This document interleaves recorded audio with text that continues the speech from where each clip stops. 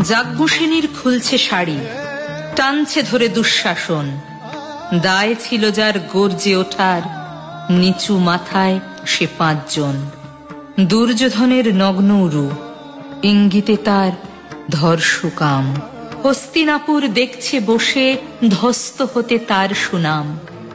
অন্ধ রাজা সিংহাসনে, আর তো চেঁচান বৌমা তার। নিজের দলের নির্যাতনে সব রাজা হন নির্বিকার। কর্ণ বসে হাসছে হা হা, রাজার দলের লোক তো সে। শর্তবিহীন সমর্থনে তাবৎ আরাম সুখ বসে। ভীষ্ম, দ্রোণ, কৃপ নীরব। সরকারি লোক হাজার হোক, রাজার কথাই তোমার কথা। তুমি যখন রাজার লোক। হল শকুনি দেখছে সবই, বস্তুত সে ধ্বংস চায়। ঘরের মাটি লাল হয়ে যাক দেশ বিভাগের যন্ত্রণায়।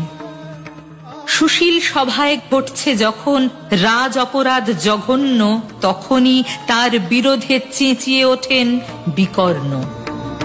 বিকর্ণ নন কেউ কেটা লোক, 100 ভাইয়ের একজনা। তেমন করে এর আগে কেউ তার কথাটাই জানত না। যতুগৃহে কাড়েননি রা, অন্তত তা নেই লেখা। ভীমকে যখন বিষ খাওয়ালো, তখনও তার নেই দেখা।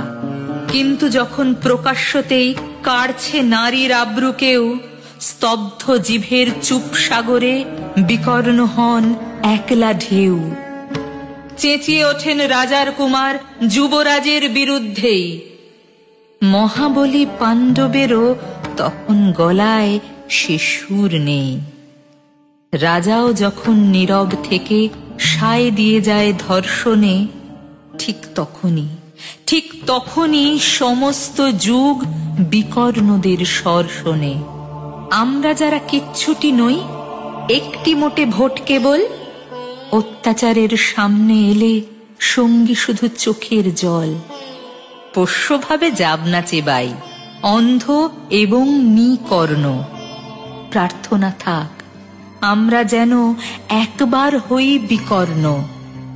প্রার্থনা থাক আমরা যেন একবার হই বিকর্ণ।